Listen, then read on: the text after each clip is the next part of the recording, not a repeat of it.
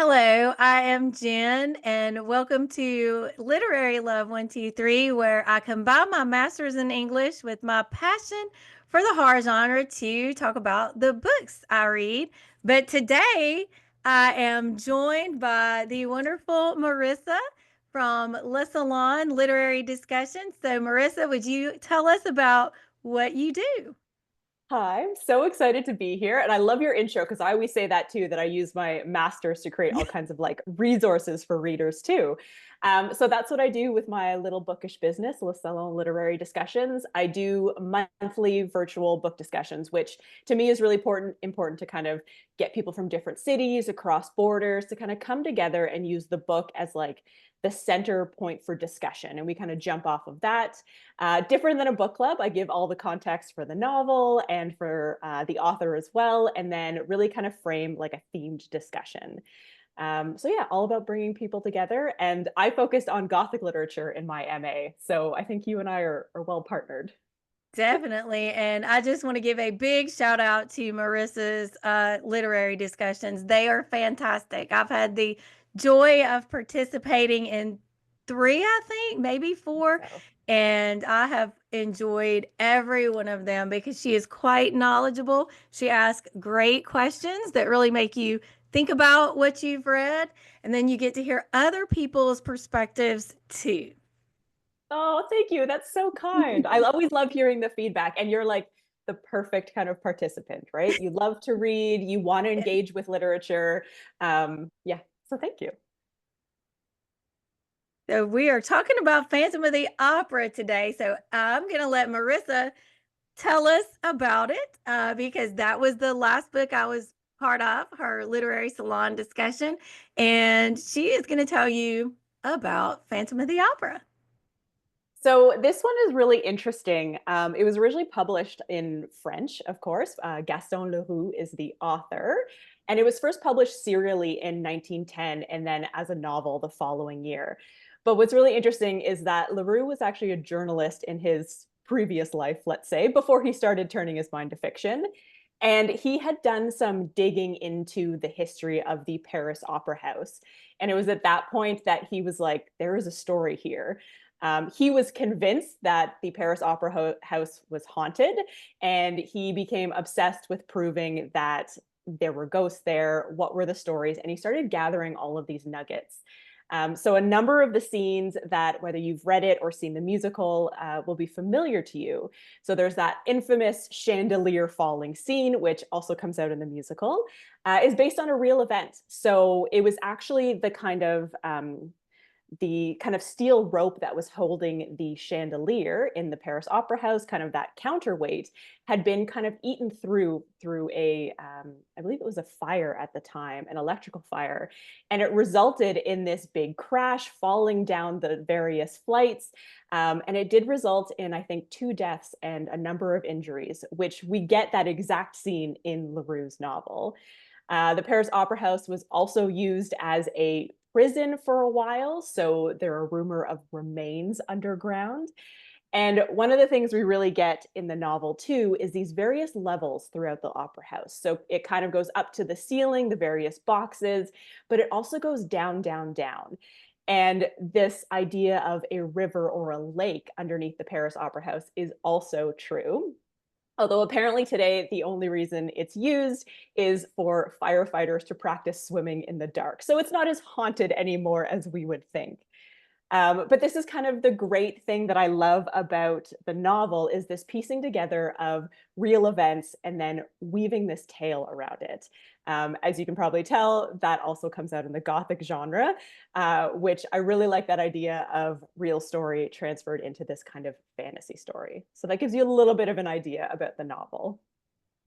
And I will say too that I did not enjoy the novel. However, after getting into the discussion during Marissa's chat, and other people talking about the reasons why some of it was written the way it was, like the melodrama and all of that, and then dissecting it further and starting to look for connections to other works of literature, I then changed my view of it to where no, it's not my favorite, but I enjoyed it more thinking about it after the fact. And that's just another, Marissa does not tell me to say any of this. I'm being very transparent, very real, but that's another benefit to a deeper discussion that goes beyond the book club to dig in and to find out things that make you appreciate what you read, even if on the surface you didn't quite catch everything.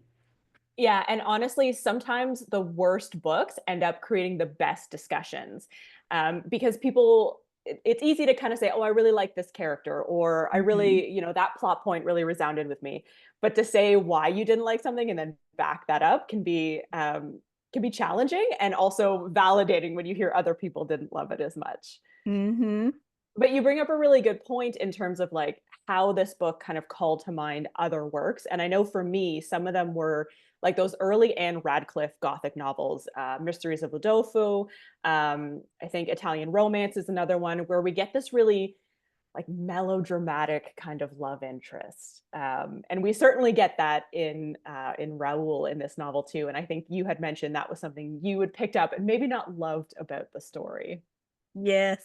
Sometimes Raul, I wanted to just smack him around a little bit, because he was, to me, kind of giving those definite vibes, even though it's French, it was still giving me the vibes of Angel in the House versus a fallen woman, the way that he was venting about if Christine had chosen to leave with the Phantom, how that would be even worse than if she'd been kidnapped because she had sacrificed her purity.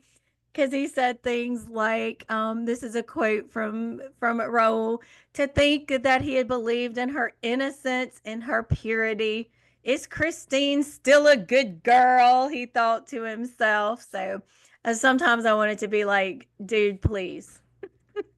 Yeah, that was another one of his quotes that I had pulled out was, quote, "And one should not be allowed to conceal the soul of a courtesan behind the innocent eyes of a child." Yes. But that purity kind of theme around Christine is certainly nothing new to the Gothic or horror genre, I would say. Mm-hmm. Yeah. Definitely. Were there other kind of classic works from your reading experience that called to mind as you were reading Phantom? Because I teach mythology, I think that's something that I'm always kind of looking for, whether it's intentional or not, when I'm reading. And there was a lot about it, this relationship between Christine and the Phantom, because he is underground, that started reminding me of Persephone and Hades from Greek mythology. And so I looked up, I was like, surely somebody has seen this before. And I was able to find some connections that had been made. But the thing that really made me start looking at this as a Hades and Persephone kind of dynamic was some of the quotes that happened. Christine was talking about the Phantom and she calls him a demon. And she says, "I'm afraid now of going back to live with him in the ground." So that sort of made me think about that underground time in the way that she was also with the Phantom part of the time, but then she would also come back to the surface. And then she also talks about how he had laid at her feet an immense and tragic love. And she says, "He has carried me off for love. He has imprisoned me with him underground for love. But he respects me. He crawls, he moans, he weeps." So Hades actually kidnapped Persephone and took her underground. But eventually she did come to love him. That's also a whole other problematic thing in Greek mythology, because if you know like the full extent of the myth, he didn't just kidnap her, he actually raped her. So that is obviously not the kind of way you would start a relationship in a healthy way, but it's Greek mythology and they end up being in love. So that kind of made me think about this relationship too, where Christine is horrified by the Phantom, but she also feels drawn to him too. I love that comparison. And I think, like you're saying, that original kind of Greek myth is certainly much more violent Mhm. than we get in Phantom. But I think it again underscores that idea of Christine's purity and how that matters to the men in her life. But do you think it also matters to Christine as well? I think it does. Yeah. I think that maybe, part of the reason too she may have been drawn to the Phantom was he kind of brought this allure to her, this dark side, but then she would feel guilty for staying in that. And she also feels guilty when she leaves him. So I think she's feeling that pull too between the light, so to speak, and the dark. Yeah, absolutely. And we do get some of the myth building around him as the angel of music for her as well, and how that feeds into the mythology she is taught as a young Mm-hmm. child too. And that, I think that association with like the angel is really interesting. Again, that like light and dark, that we're getting angel of the music, but also this kind of very dark, very manipulative character in the Phantom slash Eric as well, using those interchangeably. Yes. And also there was like the flower connection too, because when Persephone is kidnapped by Hades, she is picking flowers and the narcissus flower grows and that's what makes her so enamored that she can't resist and she keeps going further and further. But I thought about that in terms of the way too that the Phantom is always leaving roses, and sometimes he's leaving those roses for Christine. And there's also the symbolism, of rose typically in literature is going to mean love and passion, but it can also mean sorrow and death, particularly when you think about the thorns. So I thought that's kind of a cool connection with the flowers too. Yeah, absolutely. And I like that idea of also the drawing in or going further and further, because Christine's career starts to flourish when she's getting Mm-hmm. these lessons, right? So this idea that she is making a name for herself, this kind of skill has come back to her after her father's death as well, is a really interesting aspect, I think, to her as a character. Now, one of the things that I think we kind of touched upon in the virtual book discussion that I wanted to bring up today as well is the kind of comparison between Frankenstein by Mary Shelley, one of my favorites, and I think one of yours too, Yes. uh, and the Phantom as well, because we certainly get these descriptions of the Phantom that we know there is a facial kind of deformity that is referenced given his mask and that type of thing. We're given references to, very kind of skull like. His hair isn't really kind of fully covering his head. His nose is sometimes there, sometimes not. So we know he's also kind of playing with disguises. And I think it brings up these questions about, is he acting the way he is because of that nature versus nurture discussion?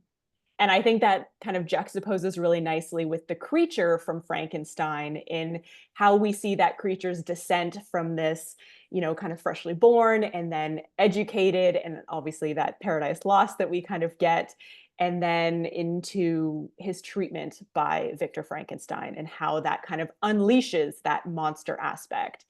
And this is kind of mirrored in Phantom of the Opera, the novel itself, in that we kind of we get this individual who has not been treated well by society, even his mother, and Mm-hmm. has started, you know, keeping gunpowder under the Paris Opera House just in case things don't go his way with Christine.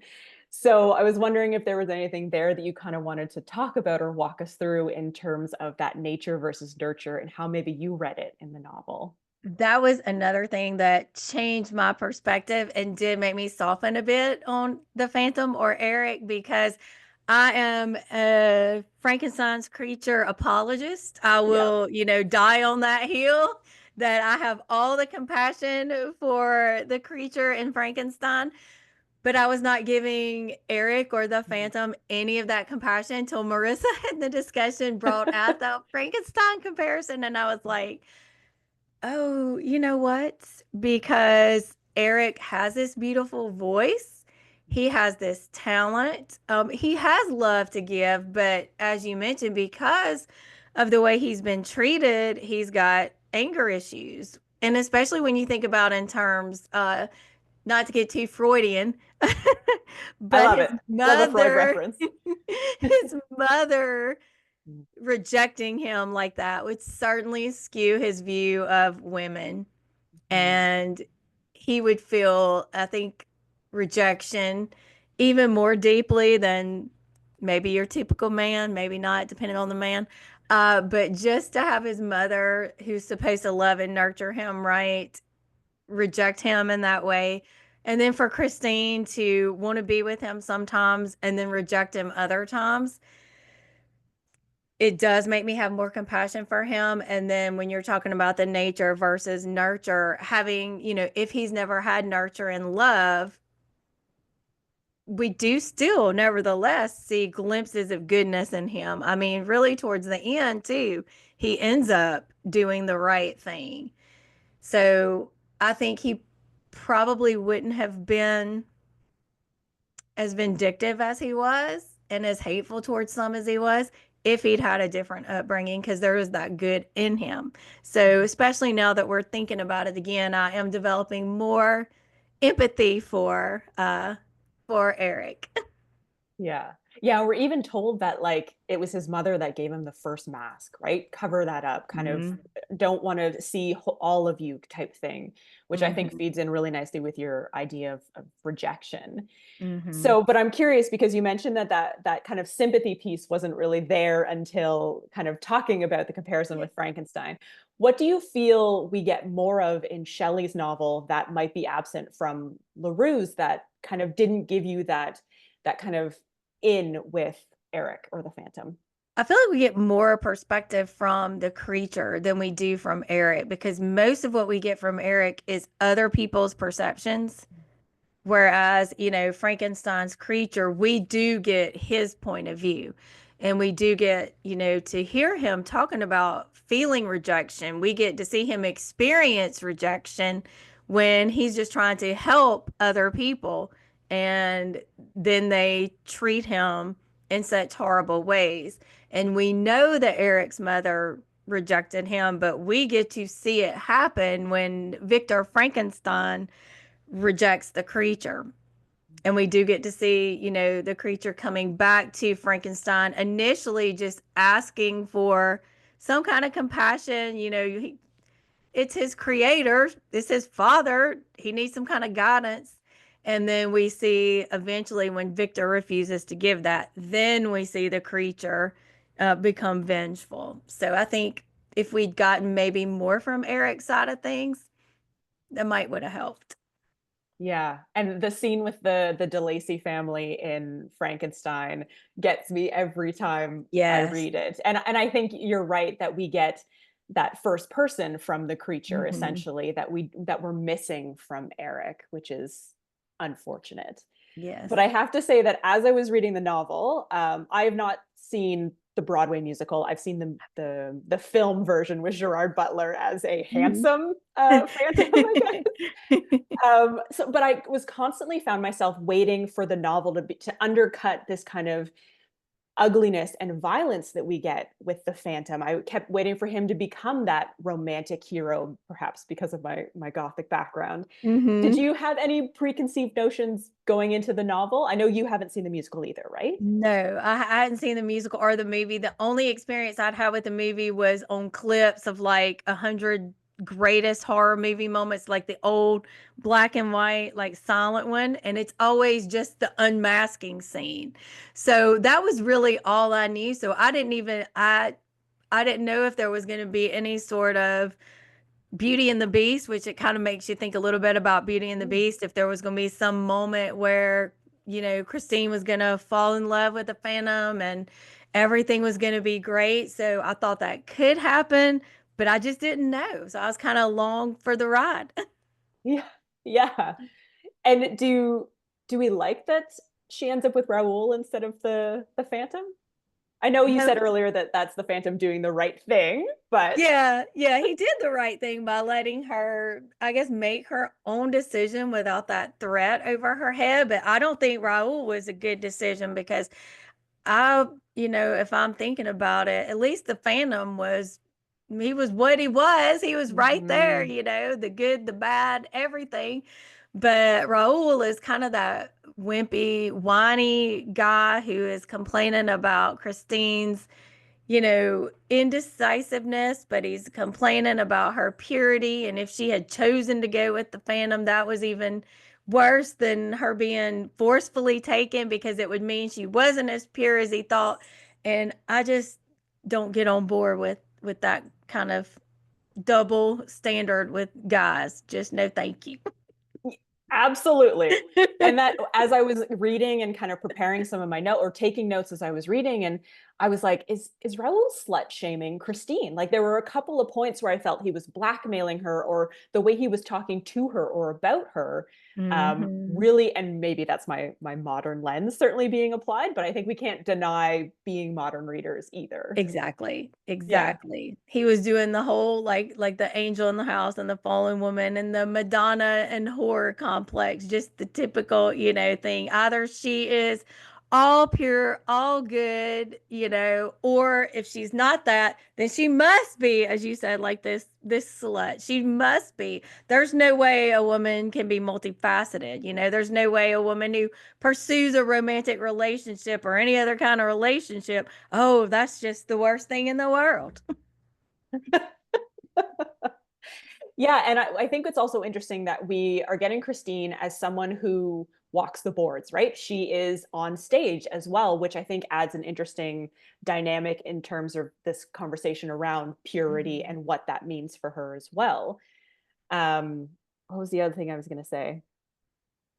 Oh, it's gone. But it was about I think Raul and some of his thoughts and how you're right that we get this idea that is it a happily ever after because Christine and Raul kind of have that ending, but is Raul that love interest that we want? And I think coming back to some of those Anne Radcliffe stories, the love interest in those very early, late 18th century Gothic novels, the love interest did have to change to a certain degree.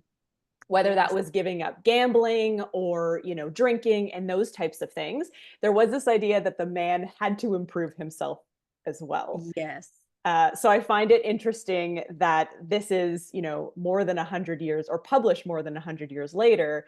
And I mean, written by a man. So maybe Yes. I think that's the difference there. yes. Um, I don't know. Were there other kind of streams there that you're thinking of in terms of classic Gothic or horror?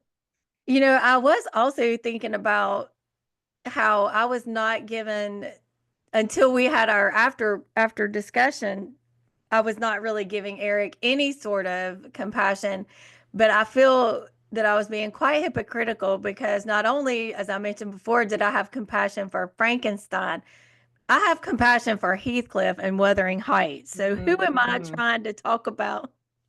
Talk about Eric as this terrible, terrible person. But I mean, Heathcliff, he rips my heart out, when he says, you what does he say exactly about you die, you say I killed you, well then haunt me. It's just that desperation. So I would have rather Christine ended up with somebody like Heathcliff than Raoul. I mean, I don't know what that says about me. It might be my problem, but I don't know. Yeah, and there's I think Wuthering Heights is another one of my favorites as well. It is one that I looked at in my major research paper in my MA. And just this idea that Emily Bronte could create these characters that I hate so viscerally, but always want to return to, I think Yes. is its own type of writing craft for sure. Yes. But I hadn't necessarily thought about the Heathcliff comparison with the Phantom.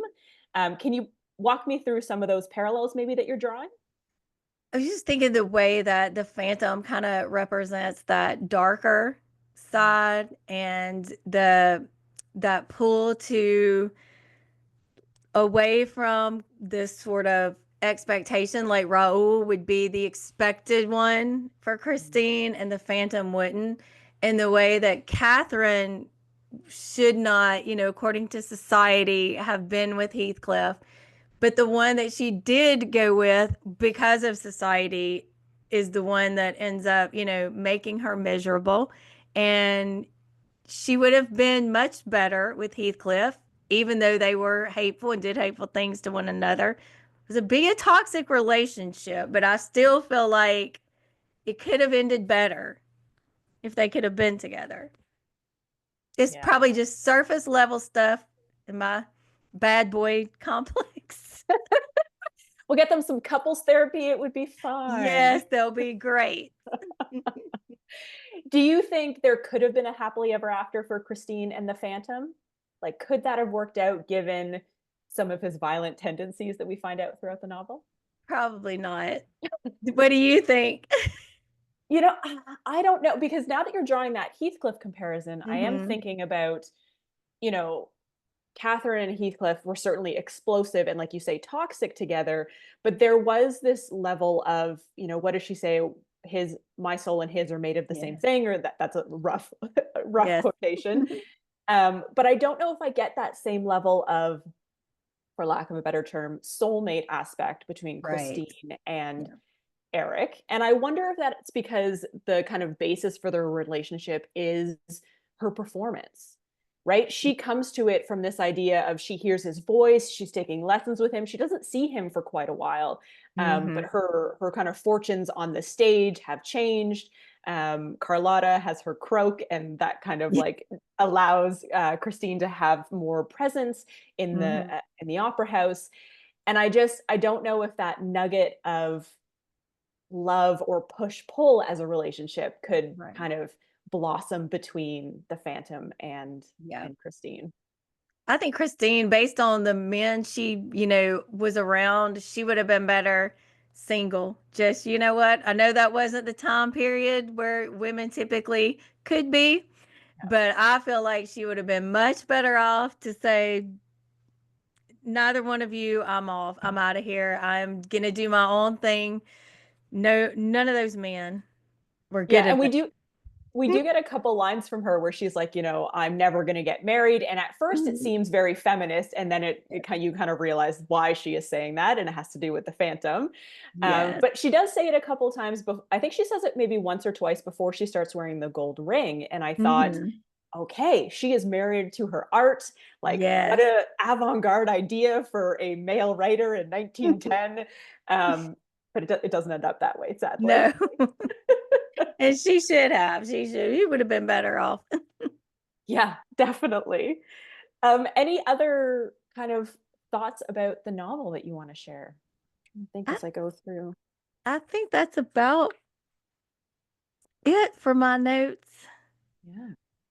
Are there any other reads, whether modern or kind of looking back through your own studies, that type of thing, that you would recommend as kind of a jumping off point or better than Phantom of the Opera? We've mentioned a couple, obviously, but is there anything else that you think should be added?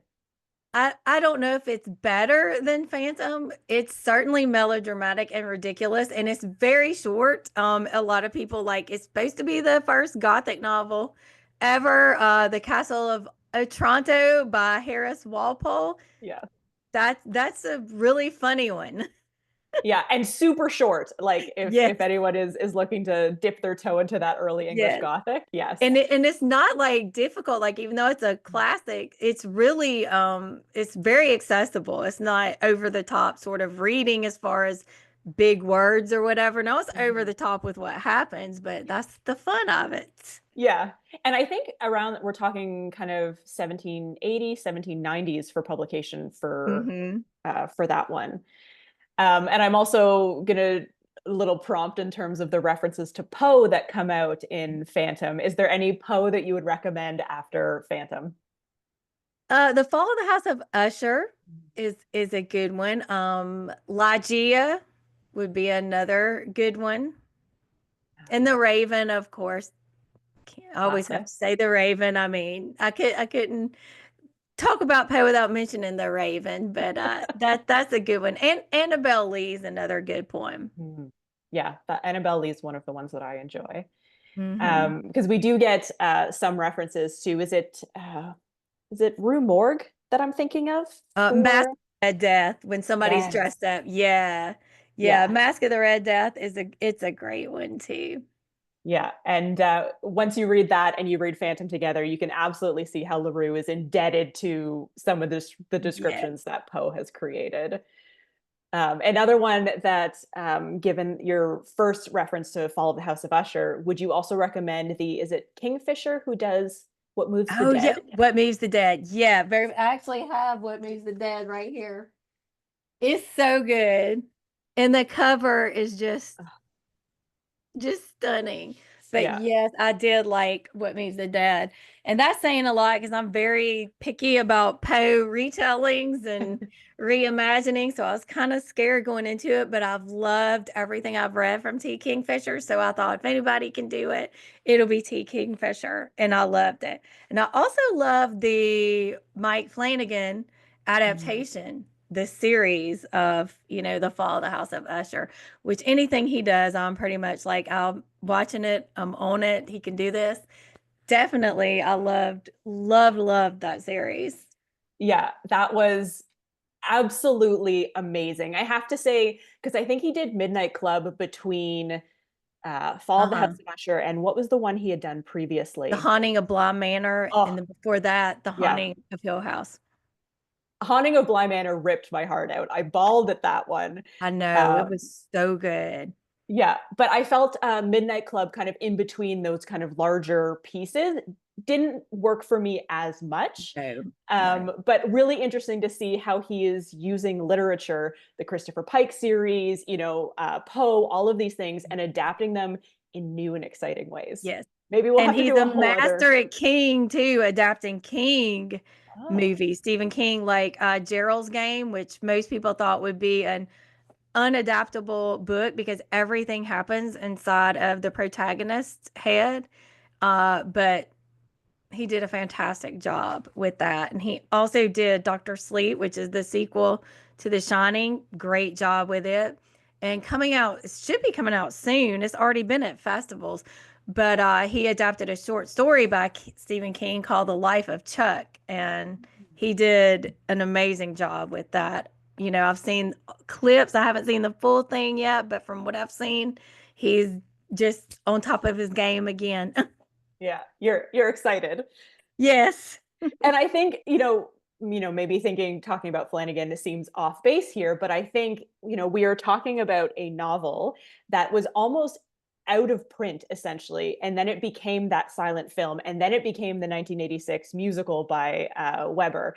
And, this idea of kind of a telescopic view of horror and gothic and how that is adapted to stage or to screen, I think is a really fascinating debate. I do too. Yeah. The other two titles I think I would mention would be I just reread The Strange Case of Dr. Jekyll and Mr. Hyde by Robert Louis Stevenson. Again, a shorter work Mhm. than Phantom, although Phantom's not too long. I think 250 or 260 pages. But as you mentioned, The Kingfisher is a modern read. I would also mention The Whispering Muse by Laura Purcell is very similar in terms of takes place in a theater. Is it cursed? Is the kind of main actress being haunted? What kind of deals has she made? Is there like a Faustian theme going on?